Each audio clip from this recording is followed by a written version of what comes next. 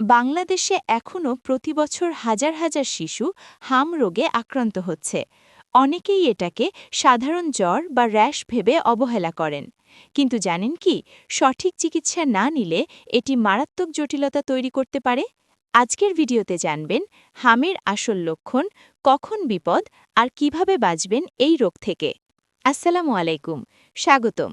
আজ আমরা আলোচনা করব একটি গুরুত্বপূর্ণ স্বাস্থ্য বিষয়, হাম।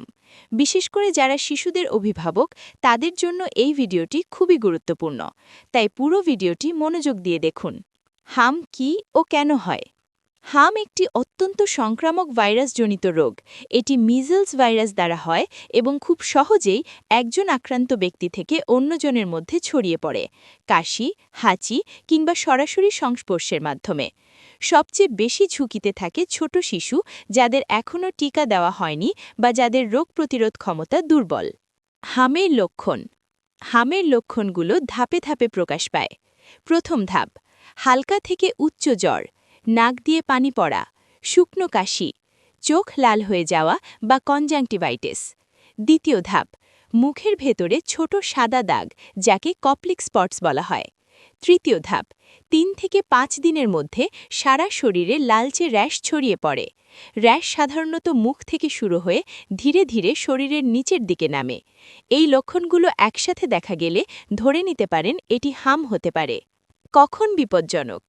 অনেক সময় হাম জটিল রূপ নিতে পারে, বিশেষ করে যদি শিশুর শ্বাস নিতে কষ্ট হয়, বারবার বমি করে বা খাওয়া বন্ধ করে দেয়, অস্বাভাবিক দুর্বল হয়ে পড়ে, খিঁচুনি দেখা যায়, তাহলে দেরি না করে দ্রুত নিকটস্থ ডাক্তারের কাছে নিয়ে যান, কারণ এটি নিউমোনিয়া বা মস্তিষ্কের সংক্রমণ পর্যন্ত ঘটাতে পারে। চিকিৎসা ও প্রতিকার। হামের নির্দিষ্ট কোনো অ্যান্টিভাইরাল চিকিৎসা নেই, তবে সঠিক যত্ন নিলে রোগী দ্রুত সুস্থ হয়ে ওঠে। পর্যাপ্ত বিশ্রাম নিশ্চিত করুন, বেশি বেশি পানি, স্যুপ, তরল খাবার দিন। জ্বর কমানোর জন্য প্যারাসিটামল ডাক্তারের পরামর্শ অনুযায়ী। চোখ ও ত্বক পরিষ্কার রাখুন, অন্যদের থেকে আলাদা রাখুন, কারণ এটি খুবই সংক্রামক। কোনোভাবেই নিজে থেকে অ্যান্টিবায়োটিক ব্যবহার করবেন না। প্রতিরোধের উপায়। হাম প্রতিরোধের সবচেয়ে কার্যকর উপায় হল টিকা। বাংলাদেশের সরকারি কর্মসূচির মাধ্যমে এমএমআর টিকা দেওয়া হয়। নির্দিষ্ট বয়সে এই টিকা নিশ্চিত করলে শিশু হাম থেকে সুরক্ষিত থাকে। মনে রাখবেন, প্রতিরোধই সবচেয়ে বড় চিকিৎসা। ভিডিওটি যদি আপনার উপকারে আসে, তাহলে অবশ্যই লাইক দিন এবং শেয়ার করুন, কারণ এই তথ্যটি প্রতিটি অভিভাবকের জানা জরুরি। আর এমন গুরুত্বপূর্ণ স্বাস্থ্য বিষয়ক ভিডিও পেতে আমাদের চ্যানেলটি সাবস্ক্রাইব করুন। ধন্যবাদ। সুস্থ থাকুন।